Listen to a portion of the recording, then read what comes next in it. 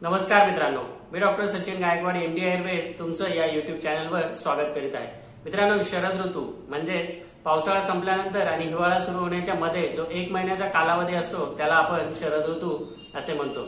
या कालावधीमध्ये म्हणजेच या ऋतूमध्ये वातावरणामध्ये मोठ्या प्रमाणात उष्णता वाढलेली असते, त्यामुळे शरीरामध्ये पित्तदोष हा मोठ्या प्रमाणात वाढण्याची शक्यता असते। त्यामुळे पित्त प्रकृतीच्या व्यक्ती किंवा पित्ताचा आजार असणारे जे व्यक्ती आहेत ज्यांना की आम्लपित्त, छातीत पोटात जळजळ होणे, आग होणे, त्वचा रोग, सोरायसिस, रक्तदाब, मानसिक ताणतणाव, झोप न येणे अशा पद्धतीचे त्रास असतात, या व्यक्तीमध्ये मोठ्या प्रमाणावर पित्त वाढण्याची शक्यता असते। मित्रांनो, या व्हिडिओमध्ये आपण शरद ऋतूमध्ये वाढणारे पित्त कमी करण्यासाठी काय घरगुती उपाय करता येईल त्याविषयी जाणून घेणार आहोत। मित्रांनो, तुम्ही या युट्यूब चॅनलवर नवीन असाल तर चॅनल अवश्य सबस्क्राईब करा। मित्रांनो, शरद ऋतूमध्ये वाढलेलं पित्त कमी करण्यासाठी काही उपाय आपण जाणून घेणार आहोत। नियमितपणे रोज मोरावळा किंवा गुलकंद 1 ते 2 चमचा सकाळी रिकाम्या पोटी खाल्ल्यास शरीरामधील पित्तदोष मोठ्या प्रमाणावर कमी येतो।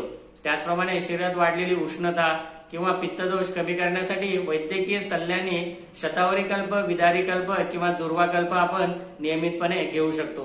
हा कल्प आपण दूध किंवा पाण्याबरोबर घेतल्यास त्याचा चांगला आपल्याला फायदा दिसतो। त्याचप्रमाणे दुर्वासोरस किंवा दुर्व्यापासून निर्माण केलेला जो रस असतो तो देखील आपल्याला फायदेशीर ठरू शकतो। रोज सकाळी 1 ते 2 चमचे खडीसाखरेसह जर आपण हा रस घेतला तर शरीरातील पित्त मोठ्या प्रमाणावर कमी येऊ शकतं। मित्रांनो, ज्या पित्त प्रकृतीच्या व्यक्तींना किंवा पित्ताचा आजार असणाऱ्या व्यक्तींना जर पोट साफ होत नसेल तर या ऋतूमध्ये त्रिफळा चूर्ण हे मनुक्याच्या काड्याबरोबर किंवा मनुक्याच्या सूप बरोबर जर आपण घेतलं तर त्यांना खूप चांगल्या पद्धतीने फायदा होऊ शकतो। शरीरामध्ये वाढलेलं पित्त हे मलमार्गातून शरीरातनं सहज बाहेर जाऊ शकते।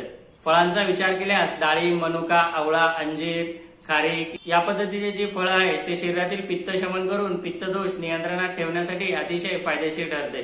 त्यामुळे मित्रांनो, या शरद ऋतूमध्ये जर तुम्हाला उष्णतेचा त्रास असेल, शरीरात पित्त वाढत असेल किंवा पित्ताचे विविध आजार असतील तर हे पित्त नियंत्रणात ठेवण्यासाठी हे घरगुती उपाय अवश्य करून बघा। मित्रांनो, तुम्हाला व्हिडिओ कसा वाटला, तुमच्या काही शंका असतील तर कमेंट बॉक्समध्ये नक्की कमेंट करा। धन्यवाद।